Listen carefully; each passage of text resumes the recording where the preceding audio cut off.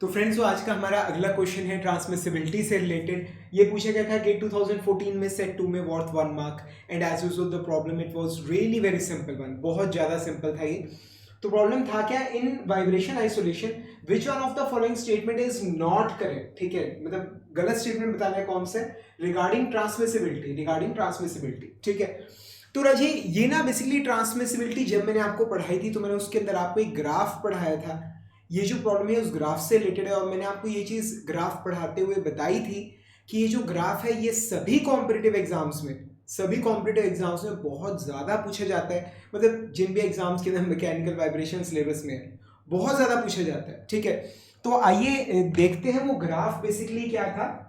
इसको मैं यहाँ लिख देता हूँ, यानी एक्साइटेशन फ्रीक्वेंसी। ठीक है, वो ग्राफ बेसिकली कुछ इस प्रकार था। यहां पर हमारे पास ट्रांसमिसिबिलिटी थी और यहां पर रेशियो थी ओमेगा बाय ओमेगा एन की। शायद में भी अब आपको याद आ गया हो, 0 1 2 3 एंड जैसे यहाँ 4 आ गए। ठीक है, इस तरह से ये लाइंस आ गई।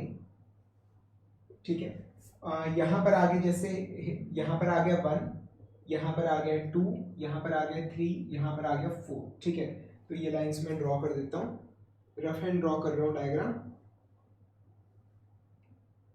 ठीक है, तो अब बेसिकली क्या है, ट्रांसमिसिबिलिटी कैसे चेंज हो रही है with omega by omega N, with the ratio of frequencies. ठीक है, कैसे चेंज हो रही है वो हमने इस डायग्राम में स्टडी किया था। अब यहां पर है 1, यहां पर है 2, इनके बीच में होगा 1.5, और उसके थोड़ा सा लेफ्ट में यहां पर इधर ये चीज। ठीक है, ये है स्क्वायर रूट 2, ये क्या है, दिस इज स्क्वायर रूट 2, ये क्या है स्क्वायर रूट 2। ये बड़ा इंपॉर्टेंट है, बहुत ज्यादा इंपॉर्टेंट है। ठीक है, तो जब डैम्पिंग है ही नहीं, ठीक है, जब डैम्पिंग है ही नहीं, when Zai is equal to 0, तो जो डायग्राम है, वो जो ग्राफ है वो कुछ इस प्रकार जाता है। ठीक है, रेजोनेंस की सिचुएशन थी, ऊपर जा रहा है और यहां से ऐसे आ रहा है, लाइक दैट, इस तरह से ये चीज। ठीक है, उसके बाद ये कब है, जब झाई की वैल्यू 0 है।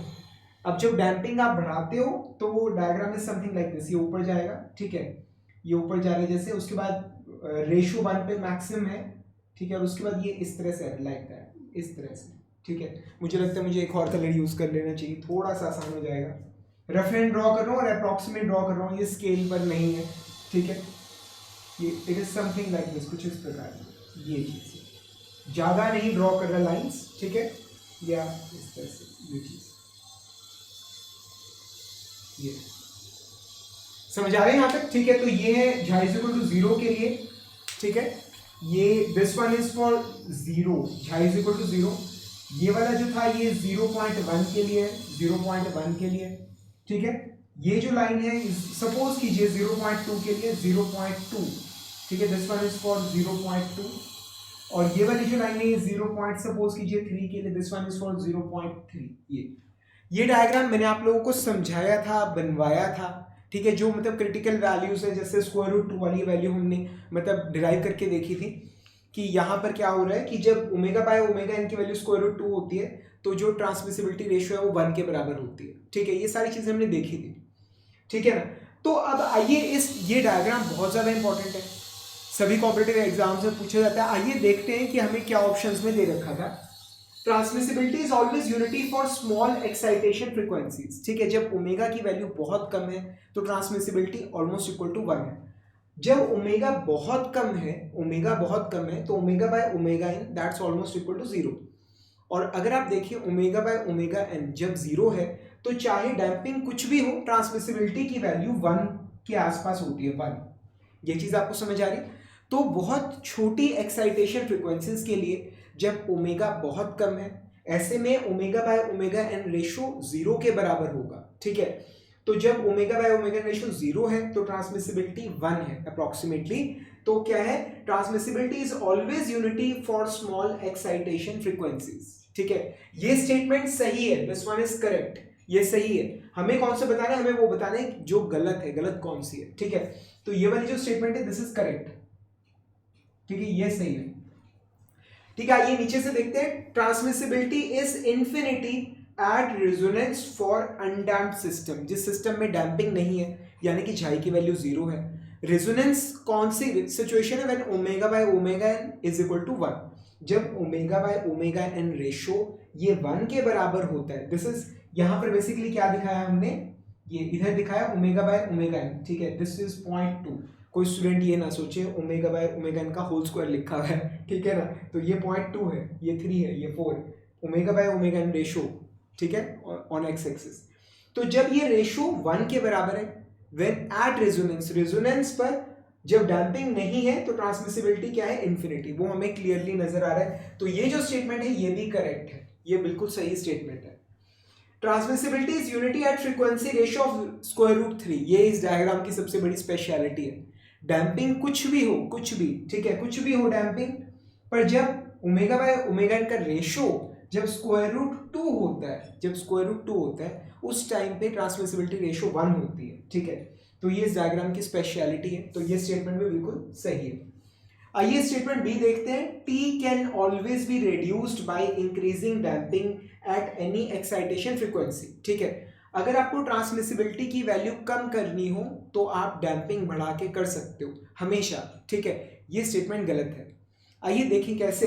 अब यहां पर देखिए, ध्यान से देखिए, ये जो रिजल्ट है बहुत काम आएगा, ये इंटरव्यूज में पूछा जाता है और एग्जाम्स में कई क्वेश्चंस को सॉल्व करने में भी काम आता है, ठीक है। ध्यान से देखिएगा, जब ओमेगा बाय ओमेगा एन ये जो रेशो है ये स्क्वायर रूट 2 से कम है, मतलब इस रीजन की बात कर रहा हूं, इस रीजन की मैं बात कर रहा हूं, ठीक है। ऐसे में जब आप डैम्पिंग बढ़ाओगे, जब आप डैम्पिंग बढ़ाओगे तो ट्रांसमिसिबिलिटी डिक्रीज कर रही है, मतलब देखिए ट्रांसमिसिबिलिटी इंफिनिटी है, रेजोनेंस की बात कर रहे हैं, अगर ट्रांसमिसिबिलिटी इंफिनिटी है जब डैम्पिंग नहीं है, जब डैम्पिंग 0.1 है तो ट्रांसमिसिबिलिटी कम हो गई, जब 0.2 है तो ट्रांसमिसिबिलिटी और कम हो गई, जब डैम्पिंग 0.3 है तो ट्रांसमिसिबिलिटी और कम हो गई, ठीक है। मैं डैम्पिंग 0.3 है बोल रहा हूँ, डैम्पिंग 0.2 है ये बोल रहा हूँ, but actually I am talking about damping ratio, मैं डैम्पिंग रेशियो की बात कर रहा हूँ, ठीक है। तो स्क्वायर रूट 2 से रेशियो जब कम है, रेशियो ऑफ फ्रीक्वेंसी जब स्क्वायर रूट 2 से कम है तो डैम्पिंग बढ़ाओगे तो ट्रांसमिसिबिलिटी डिक्रीज करेगी, ठीक है, जो ट्रांसमिटेड फोर्स है वो कम होगा। पर अगर आप गौर करें कि अगर ये रेशियो स्क्वायर रूट 2 से ज्यादा है, ठीक है, अगर ये रेशियो स्क्वायर रूट 2 से ज्यादा है तो उल्टा होता है, ठीक है। आप किसी भी रेशियो, मैं इस रेशियो 3 की बात कर रहा हूं, when omega by omega is equal to square root 3, अगर आप गौर करें डैम्पिंग बढ़ाने से क्या हो रहा है, देखिए ये लाइन 0 वाली है, व्हेन डैम्पिंग रेशियो इज 0, ये है 0.1, ये है 0.2, ये है 0.3, समझ आ रहा है यहां तक, ठीक है। तो जैसे से आप डैम्पिंग बढ़ा रहे हो ट्रांसमिसिबिलिटी रेशियो बढ़ रही है, this is a really very important result, बहुत इंपॉर्टेंट है, ठीक है। जब फ्रीक्वेंसी का रेशियो स्क्वायर रूट 2 से कम होता है, डैम्पिंग बढ़ाने से ट्रांसमिसिबिलिटी घटती है, ट्रांसमिटेड फोर्स डिक्रीज करती है, पर जब ये रेशियो स्क्वायर रूट 2 से ज्यादा है उस सिचुएशन में डैम्पिंग बढ़ाने से ट्रांसमिटेड फोर्स बढ़ता है, समझ आ रहा है, ठीक है। तो ये जो सेकंड नंबर स्टेटमेंट है, transmissibility can always be reduced by increasing damping, ठीक है, ये स्टेटमेंट गलत है, ठीक है। तो हमें तो यही बताना है कि स्टेटमेंट कौन सा गलत है, तुम्हारा आंसर क्या है, ऑप्शन बी, समझ आ रहा है, ठीक है।